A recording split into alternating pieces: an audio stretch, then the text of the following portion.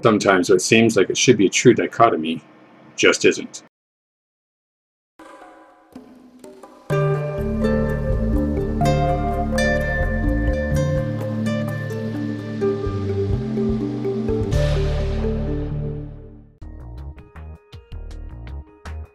Hello Zach Whosoever, John Henry Alex here.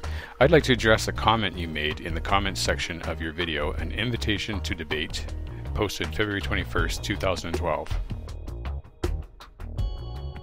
In that comment, you expressed an idea as though you believed it was a dichotomy, in which you said, not believing in God equals believing there is no God.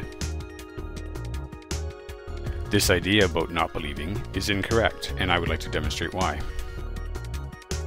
For the sake of illustration, let's say these three boxes, box A, B, and C, represent three human minds. Contained within the boxes are slips of paper which will represent beliefs held by the minds that the boxes represent. On the slips of paper are written various beliefs.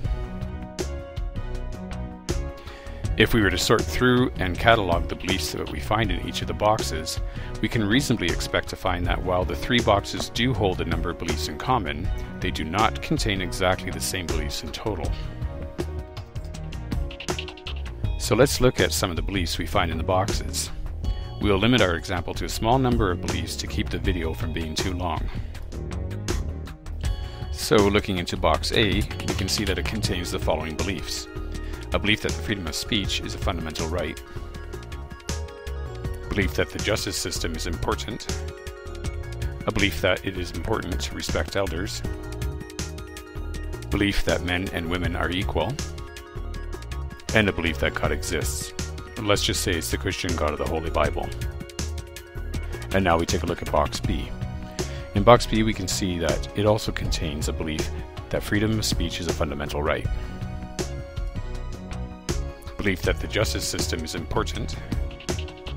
A belief that it is important to respect elders.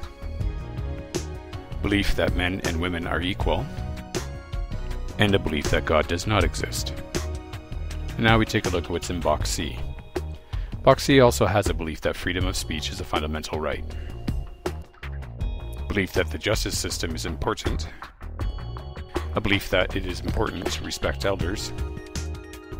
Belief that men and women are equal. Belief that before accepting claims as true, they must be supported by evidence. Upon inspection, we see that box B and C differ from box A in regard to a belief in the existence of God. Yet box B and C are not the same as each other in regard to a belief in the existence or non-existence of God. Where box A and box B both hold a belief, one for the existence of God, the other against the existence of God, box C does not hold a belief that God exists, nor does it hold a belief that God does not exist. But how is this possible? How can box C hold neither a belief that God exists, nor a belief that God does not exist? The answer is actually simple. The phrase God exists is a claim, and the phrase God does not exist is also a claim.